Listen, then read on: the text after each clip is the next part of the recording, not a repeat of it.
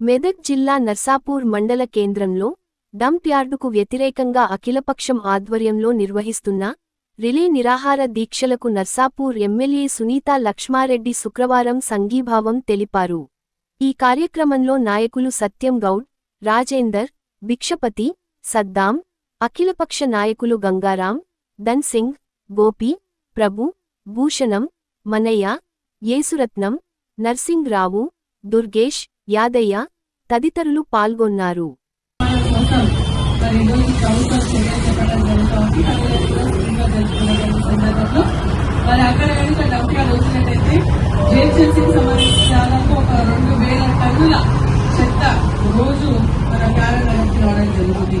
అంటే 2000 టన్నులు అంటే దాదాపు రోజుకు 200 నుంచి 250 జిహెచ్ఎంసీ టిప్పర్లన్నీ కూడా చెత్తలు మోసుకొని డబ్యాలు వేయడం జరుగుతుంది.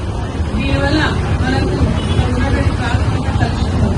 ఎందుకంటే చారణగర్ ఎట్లుందంటే మొత్తం అడవి మధ్యలో చిన్న గ్రామం. మరి అక్కడికి తీసుకొచ్చిన ఈ యొక్క చెత్త తీసుకొచ్చి పోస్తే అక్కడ వర్షం పడితే మన చెత్త నీళ్ళంతా కూడా మన కందివాగు ద్వారా మన నర్సాపూర్ సైడ్కి వచ్చేటువంటి ప్రమాదం ఉంది. అంతేకాకుండా అక్కడ అంత చెత్త ఒక దగ్గర జమ చేయడం వల్ల మరి అంత వాసన, పక్షులు, అదేవిధంగా మరి మన గాలి కాలుష్యం అవుతుంది, నీటి కాలుష్యం అవుతుంది, అన్ని కూడా ఇవన్నీ కూడా ప్రమాదమైనటువంటి పరిస్థితులు కాబట్టి దాన్ని మనం మొత్తం చెప్పేసి గట్టిగా తీర్మానించుకుని నిజంగా కోర్టు నిబంధన ఉంది. కోర్టు నిబంధన ఏంటంటే ఒక జవహర్ నగర్లోనే మొత్తం చేస్తారు.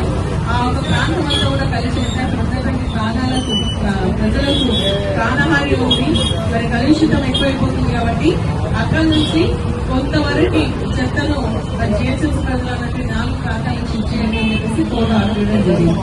అక్కడ జవహర్ నగర్ కు సంబంధించిన ప్రజలు అంటే అప్పుడు ఉన్నటువంటి జిహెచ్ఎంసీ అధికారులు తొందరపడి